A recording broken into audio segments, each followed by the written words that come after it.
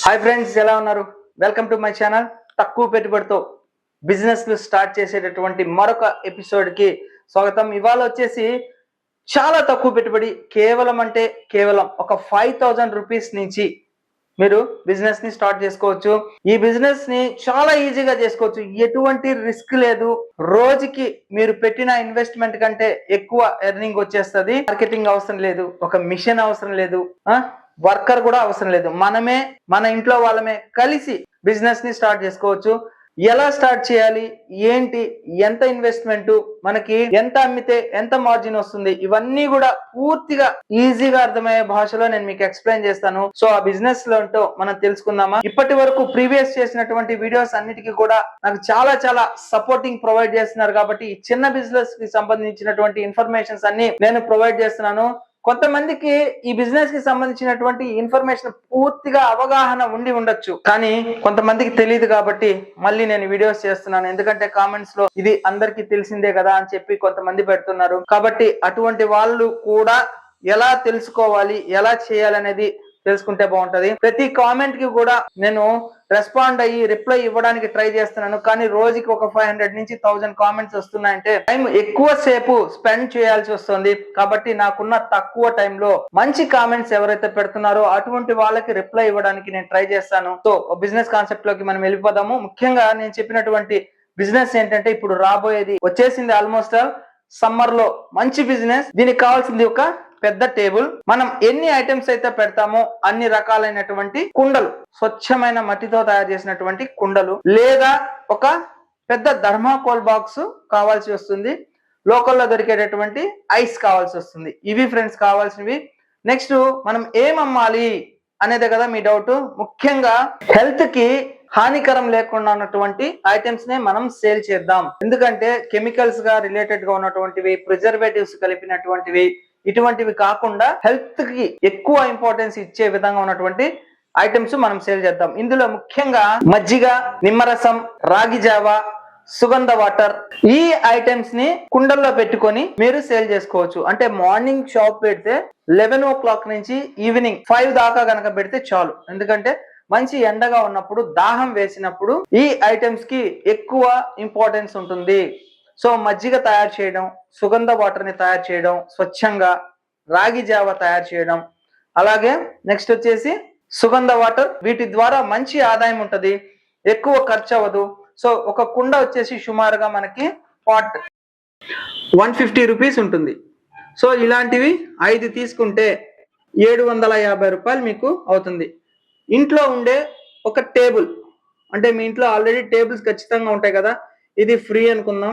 So ఇక మజ్జిగ, ఇది ఉంటే సరే, లేకపోతే ఒక 1000 రూపీస్ వేసుకోండి, ఓకేనా. సో నెక్స్ట్ వచ్చేసి మజ్జిగ. టేస్ట్ బాగా రావాలి అంటే ఖచ్చితంగా విలేజ్ లో వెళ్ళి అప్పుడే పిండినటువంటి పాలను తీసుకొని స్వచ్ఛంగా తోడు పెట్టి పెరుగును తయారు చేసి దాని ద్వారా మజ్జిగను చేస్తే హెల్త్ గా ఉంటుంది, సూపర్ టేస్ట్ ఉంటుంది. సో ఒక 2 లీటర్స్ పాలు తీసుకోండి. దీంట్లో తోడు పెట్టడానికి పెరుగే కదా, అది వేస్తే మీకు చక్కగా పెరుగు రెడీ అయిపోతుంది. ఒక కుండకు అవసరమైనటువంటి మజ్జిగ రెడీ అయిపోతాయి. ఇందులో కరివేపాకు, కొత్తిమీర, సాల్ట్, కొద్దిగా ఒక 4 ముక్కలు పచ్చిమిరపకాయలు, జీలకర్ర, వీలైతే చిన్న ముక్క ఒక 5 రూపాయలు కనుక అల్లం వేస్తే మీకు చక్కగా మజ్జిగ రెడీ అయిపోతాయి. సో ఈ మజ్జిగని మనం కవ్వంతో చిలికితే టేస్ట్ ఉంటుంది ఫ్రెండ్స్, చాలా టేస్టీగా ఉంటది. సో నేను చెప్పిన విధానాన్ని పాటించి మజ్జిగ తయారు చేసుకొని కుండలో పెట్టి, కుండకి ఒక వైట్ క్లాత్ చుట్టేసి మంచి ఒక మూత పెట్టండి. ఎందుకంటే హైజెనిక్ గా ఉంటే గనక చాలా ఇంట్రెస్ట్ చూపిస్తారు. ఇది మజ్జిగ తయారు చేసే విధానం. నెక్స్ట్ వచ్చేసి నిమ్మరసం. ఇది అందరికీ తెలిసిందే. మంచి వాటర్ తీసుకోండి, మినరల్ వాటర్, కుండ నిండా. సో ఎన్ని నిమ్మకాయలు అవసరమో అన్ని నిమ్మకాయలు వేయడం, చక్కెర వేయడం చాలు. ఇవి వేస్తే గనక స్వచ్ఛమైన నిమ్మరసం మనకి రెడీ అయిపోతుంది. ఇంకేమీ వేయాల్సిన అవసరం లేదు. సింపుల్ గా ఫ్రెష్ లైమ్ జ్యూస్ రెడీ అయిపోతుంది. నెక్స్ట్ వచ్చేసి, సో ఈ నిమ్మరసంలోనే సబ్జా గింజలు దొరుకుతాయి, చాలా చలవ చేస్తుంది హెల్త్ కి. ఆ సబ్జా గింజలు కొన్ని రాత్రే నానబెట్టేస్తే ఎవరైతే అడుగుతారో వాళ్ళకి కొద్దిగా ఒక స్పూన్ లో సబ్జా గింజలు వేసి ఇస్తే సపరేట్ గా బాగుంటుంది. అంటే కొంతమంది తాగుతారు, కొంతమంది తాగరు. కాబట్టి ఆ సబ్జా గింజలు వేసి కూడా మీరు సర్వ్ చేయొచ్చు. ఇంకా టేస్ట్ గా రావాలంటే ఒక 4-5 సుగంధ వేర్లు దాంట్లోనే వేస్తే ఇంకా టేస్ట్ చాలా బాగుంటుంది. ఇది వచ్చేసి మీకు చెప్పింది ఇప్పుడు దాకా నిమ్మరసం. నెక్స్ట్ వచ్చేసి థర్డ్ వన్ రాగి జావా. దీనికి మామూలుగా అయితే సరైన టేస్ట్ లో మనం కనుక చేస్తే హైగా క్వాలిటీగా అలాగే నీట్ గా హైజెనిక్ గా కనుక ప్రొవైడ్ చేస్తే క్యూ లైన్ కడతారు రాగి జావకి. దీన్ని ఎలా తయారు చేయాలి అంటే దీనికి కూడా మజ్జిగ అవసరం అవుతుంది.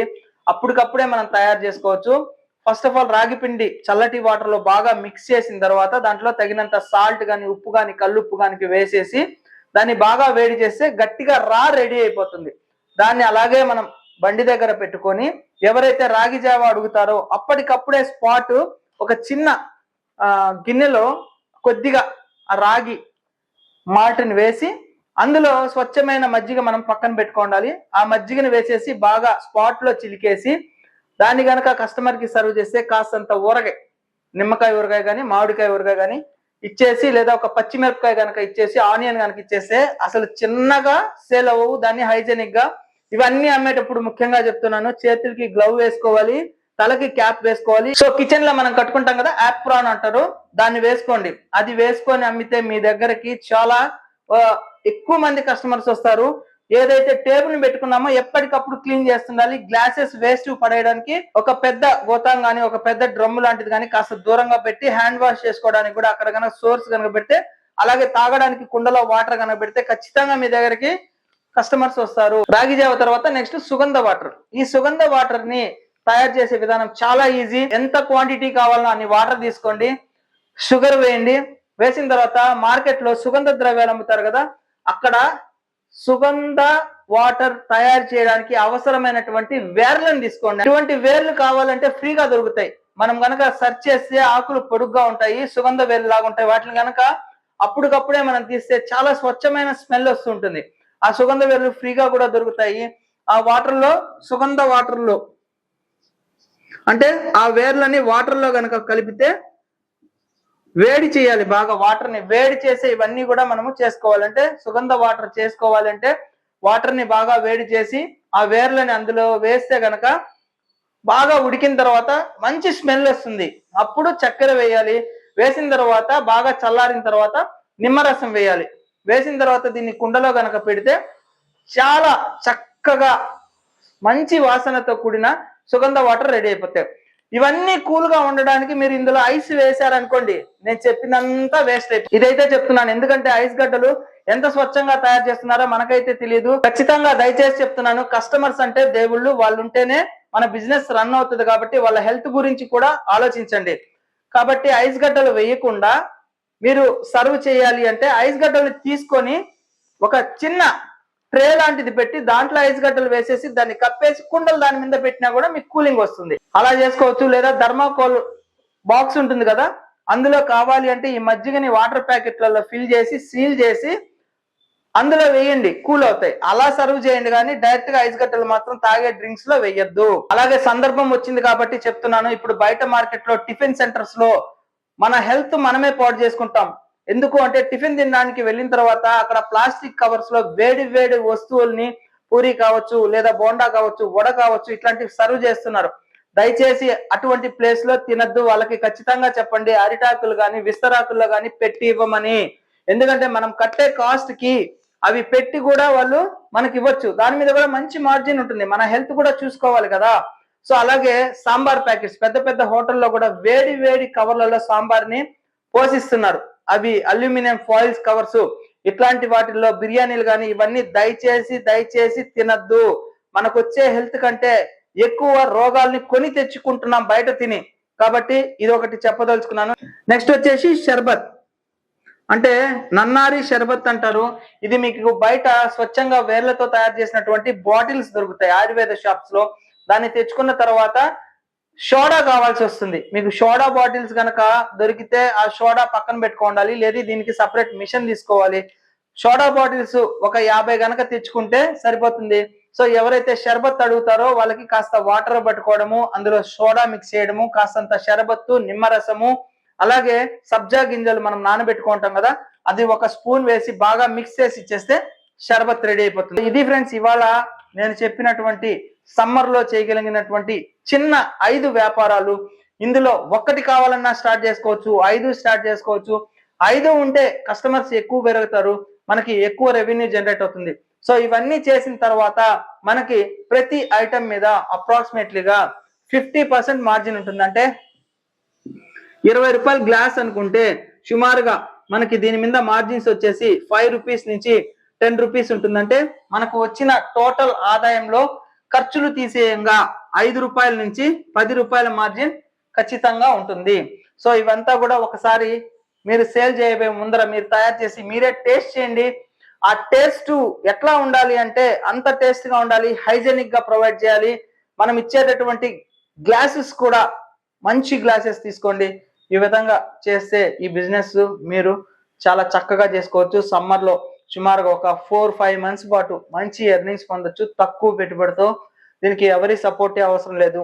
ఎర్లీ మార్నింగ్ చేసుకున్న తర్వాత బండిలోనే పెట్టుకొని మనం తీసుకొని వెళ్ళి నేషనల్ హైవేస్ ఉంటాయి కదా అక్కడ కానీ, లేదా స్కూల్స్, కాలేజెస్ రద్దీగా ఉన్నటువంటి ప్రాంతాల్లో గనక ఎర్లీ మార్నింగ్ అయితే రాగి జావా ఇటువంటి వాటి కోసం మీకు గ్రౌండ్స్ ఉంటాయి కదా, గ్రౌండ్స్ దగ్గర, ఈవినింగ్ గ్రౌండ్ల దగ్గర, హాస్పిటల్స్ దగ్గర, అలాగే ఏదైనా ఎగ్జిబిషన్ జరుగుతుంటే అక్కడ, రైల్వే స్టేషన్, బస్ స్టేషన్, ఇట్లా రకరకాల ప్లేసెస్ లో ఎక్కడ క్రౌడ్ అయితే ఉందో రెగ్యులర్ గా కనుక మీరు ఒకే ప్లేస్ లో పెడితే ఒక 15 days కనుక రెగ్యులర్ గా పెడుతూ ఉంటే ఒక రోజు జరగకపోయినా నెక్స్ట్ డే కంప్లీట్ గా సేల్స్ అయిపోతాయి.